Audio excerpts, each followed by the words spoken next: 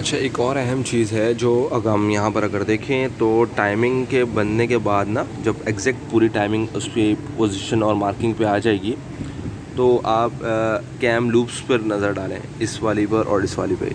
अच्छा, ये वाली कैम लूप्स तो बिल्कुल एरिया जो है बिल्कुल इसके बिल्कुल जो पॉइंटेड एरिया इसके बिल्कुल करीब आया हुआ है, यानी कि ये दोनों बिल्कुल करीब आई हुई हैं। और ये जो है ना काफ़ी हद तक यहाँ से उठी हुई हैं, यानी अब ये टाइमिंग लूप्स देखेंगे ये उठी हुई हैं यहाँ से ना, अपनी जगह से ऊपर की तरफ आई हुई हैं। और फर्दर अगर हम सिलेंडर नंबर 2 पे जाएंगे, सिलेंडर नंबर 2 के हालात ये होंगे कि जो इसका एग्जॉस्ट है वो पूरा प्रेस हुआ हुआ है। अब सिलेंडर नंबर 2 पे देखें, ये लूप जो है ना पूरी प्रेस्ड है, एग्जॉस्ट इसका कंप्लीट प्रेस्ड है।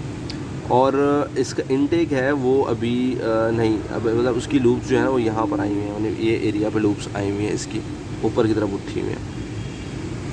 फर्दर अगर हम इसमें यहाँ देखेंगे इसके सिलेंडर नंबर 3 को, तो एग्जॉस्ट की जो लूप्स हैं वो पूरी ओपन है, जो कि ऊपर की तरफ आई हुई हैं। यहाँ पर देखें ये पूरी ऊपर की तरफ आई हुई हैं, बिल्कुल स्ट्रेट अप है। और इसका अगर हम इंजन की रोटेशन यूँ है ना एंटी क्लॉकवाइज, तो अब इसकी बारी आने वाली है इसके इंटेक के पूरे खुलने का। अभी भी यहाँ पर स्ट्रेस तो आ गया इंटेक पे, इंटेक अभी भी यहाँ पर खुला हुआ है, लेकिन मज़ीद इन लूप्स ने और इसको प्रेस करना है।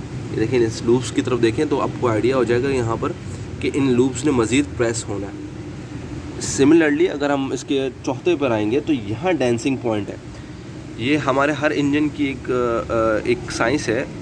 जब फर्स्ट जो कंपेनियन होते हैं वो आपस में जो है एक दूसरे के, जो कंपेनियन पिस्टन्स हैं आपस में एक दूसरे के साथ चल रहे होते हैं, यानी कि इस इंजन में 4 सिलेंडर इंजन में फर्स्ट और फोर्थ नंबर का जो है आपस में कंपेनियन है।